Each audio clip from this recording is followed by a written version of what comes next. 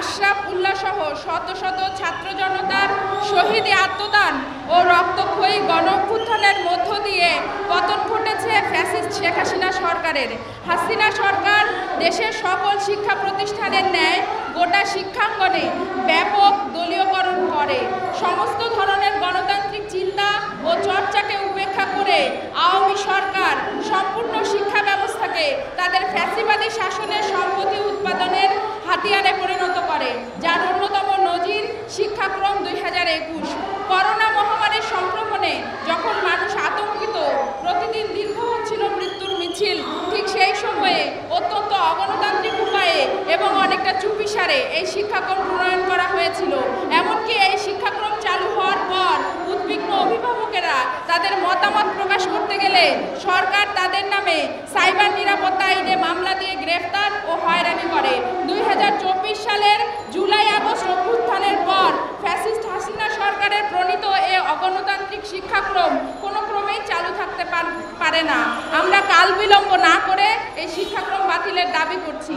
আওয়ামী সরকার যখন অত্যন্ত সুকৌশলে এবং চুপিসারে জাতীয় শিক্ষাক্রম প্রণয়ন করতে তৎপর হয়েছিল, তখন থেকেই আমাদের সংগঠন সমাজতান্ত্রিক ছাত্র ফ্রন্ট ছাত্র, শিক্ষক, শিক্ষাবিদ ও অভিভাবকদের মতামতের ভিত্তিতে এই শিক্ষাক্রমের সর্বনাশা আক্রমণের দিকগুলি তুলে ধরেছিল।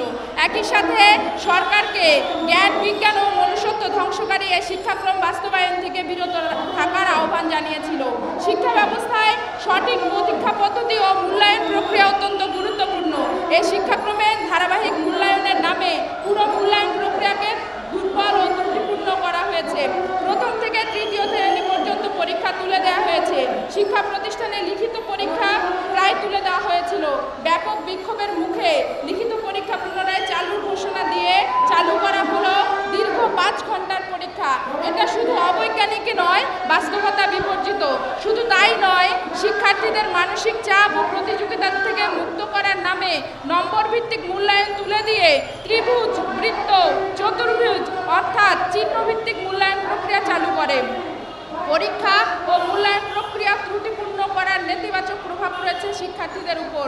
পড়াশোনার প্রতি তাদের আগ্রহ কমেছে, লেখা ও পড়ার সক্ষমতা কমেছে, বিশ্লেষণী ক্ষমতা ও ভাষার দক্ষতা দুর্বল হয়েছে। এই শিক্ষাক্রমে অ্যাসাইনমেন্ট, প্রজেক্ট ইত্যাদি খুবই গুরুত্বপূর্ণ, যার জন্য ল্যাপটপ, মোবাইল, বিভিন্ন ধরনের কাগজ, রঙিন কলম ও পেন্সিল সহ বিভিন্ন ধরনের শিক্ষা উপকরণ, এসব উপকরণ সংগ্রহ করতে গিয়ে বেড়েছে শিক্ষা ব্যয়, যা শিক্ষাক্ষেত্রে বৈষম্যকে আরও বাড়িয়ে তুলেছে। বেড়েছে ঝরে পড়ার সংখ্যা। আবার এই অ্যাসাইনমেন্ট ও প্রজেক্টের বিষয়বস্তু এমনভাবে সাজানো হয়েছিল যা পাঠ্যপুস্তকের সাথে অসামঞ্জস্যপূর্ণ।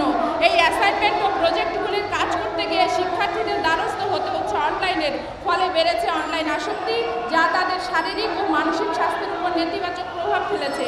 কোনো ধরনের পূর্বপ্রস্তুতি ছাড়াই এই শিক্ষাক্রম বাস্তবায়ন শুরু করে সরকার।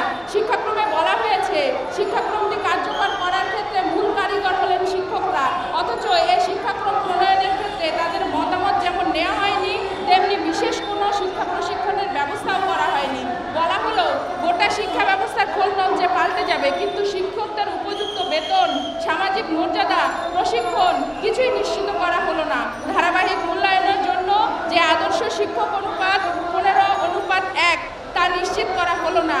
নতুন শিক্ষাক্রম বাস্তবায়নের জন্য প্রয়োজনীয় ক্লাসরুম, অবকাঠামো, আনুষঙ্গিক আয়োজন এবং যে প্রয়োজনীয় অর্থ বরাদ্দ দরকার ছিল, এর কোনো কিছুই নিশ্চিত করা হয়নি। ফলে শিক্ষাক্রমটি চালুর পর থেকেই গোটা প্রাথমিক ও মাধ্যমিক শিক্ষা মারাত্মক সংকটে পড়ে। এই শিক্ষাক্রমে নবম, দশম শ্রেণীতে বিজ্ঞান শিক্ষার গুরুত্ব কমানো হয়েছে। শুধু বিষয়বস্তুর দিক থেকে নয়, ক্লাসের সময়সীমার দিক থেকেও বিজ্ঞান শিক্ষাকে গুরুত্বহীন করা হয়েছে। সিলেবাস থেকে বাদ দেওয়া হয়েছে উচ্চতর গণিত, অর্থনীতির মতো গুরুত্বপূর্ণ বিষয়গুলি। কর্মদক্ষতা বাড়ানোর নাম করে চালু করা হয়েছে জীবন জীবিকা, স্বাস্থ্য সুরক্ষা, তথ্য প্রযুক্তি ইত্যাদির মতো বিষয়। পাঠ্যপুস্তকে মানবিক মূল্যবোধ বিকাশে সহায়ক বিষয়বস্তুকে সংকুচিত করে বাজারমুখী বিষয়বস্তুকে প্রাধান্য দেওয়া হয়েছে। এদেশের ইতিহাস, ঐতিহ্যের এক পেশে ও দলীয় বয়ান হাজির করা হয়েছে। মুক্তিযুদ্ধ ও জাতীয় মুক্তির লড়াইকে পরিণত করা হয়েছে দলীয় ইতিহাসে। ফলে একদিকে বিজ্ঞানকে গুরুত্বহীন করা, অন্যদিকে ইতিহাসের এক পেশে বয়ানের মাধ্যমে একটি যুক্তহীন উপমূল্য মানসিকতা গড়ে তোলার প্রয়াস